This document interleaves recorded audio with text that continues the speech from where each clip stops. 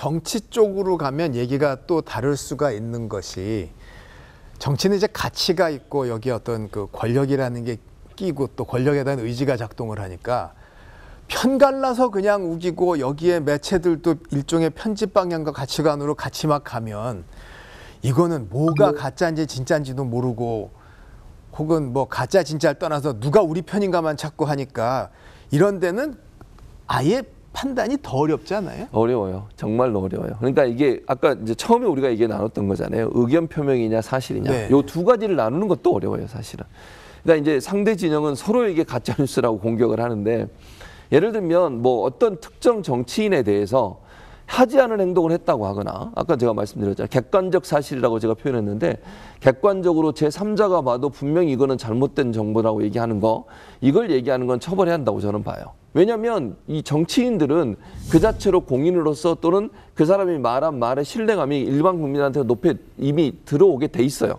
그러니까 일반인이 말하는 것보다 국회의원이나 장관이나 아니면 무슨 고위 공직자들이 얘기하는 것은 신뢰감을 이미 가지고 알아듣는 사람 입장에서 신뢰감을 가지고 보게 되는 거거든요. 근데 그 사람이 확인도 안 된 사실을 얘기했다. 그걸 그냥 넘기면 안 되는 거죠. 근데 정치적 공세를 보면요. 네. 이게 명예훼손인지 허위 사실인지 애매한 게 많아요. 예를 들어서 그렇죠. 많아요. 기득권, 뭐 가진 자의 편, 그런 혹은 거는 뭐 맞아요.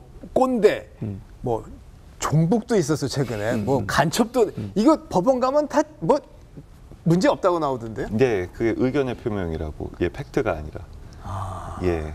아니 근데 정치인한테 가진 사람의 편, 돈의 편 이게 의견이에요?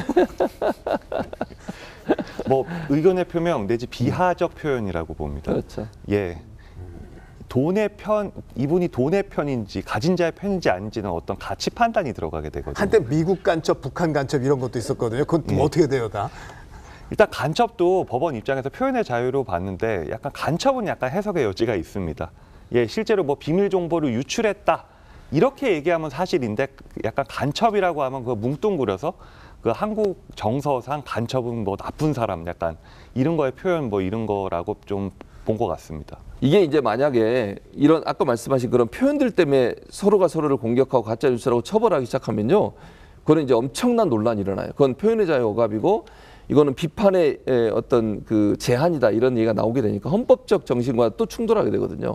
그래서 이 문제는 정치형에서 어느 정도 묵시적으로 허용되는 영역인 것 같아요. 제가 볼 때는. 근데 편갈라서 우기고 우리 편 이겨라 하는 정치 쪽에서는 가짜 뉴스가 참 더 얘기가 어렵다 이 얘기를 해봤는데, 그러나 뭐 자정작용이라는 게 또 있습니다. 정치권 안에도. 자정이 되나요? 아니면 자기들끼리 타협하고 마나요? 자정이 되는 척하는 거 아닐까요? 예. 재발 방지를 위해 노력하겠다는 얘기는 계속하지만 계속 재발이 됩니다. 왜냐하면 국회의원 입장에서도 굉장히 대중적 관심과 인기를 많이 이제 얻어야 되기 때문에 그래서 뭐 이게 진짜인지 아닌지 팩트 체크가 하기 전에도 계속된 반복과 의혹이 계속 제기를 하잖아요. 그리고 나중에 이게 그것이 아니라라고 거짓임이 밝혀졌으면 그냥 모른 척. 예. 근데 강경 지지 집단에서는 네. 뭐 옳고 그르고 간에 우리 편 이겨라 잘하는데 박수를 치고 그게 훨씬 정치적으로 유리하대요. 그렇죠. 당연히 그럴 수밖에 없죠. 그러니까 그 지지자들 입장에서는요, 이게 가짜냐 아니냐는 별 관심이 없어요, 사실은. 그러니까 어떤 언론 매체에 대해서 접근하는 방식과 SNS, 즉 유튜브를 포함한 SNS에 접근하는 방식은 전혀 다르다. 이거는 내가 골라서 먹는 거기 때문에 내가 원하는 얘기를 해주는 것을 좋아해요. 환호하고. 그러면 진행하는 사람은 어떻게 해서 더 그렇게 되죠. 왜냐하면 그래야 그 구독자들이나 아니면 본인을 봐주는 사람들이 계속 거기에 있거든요.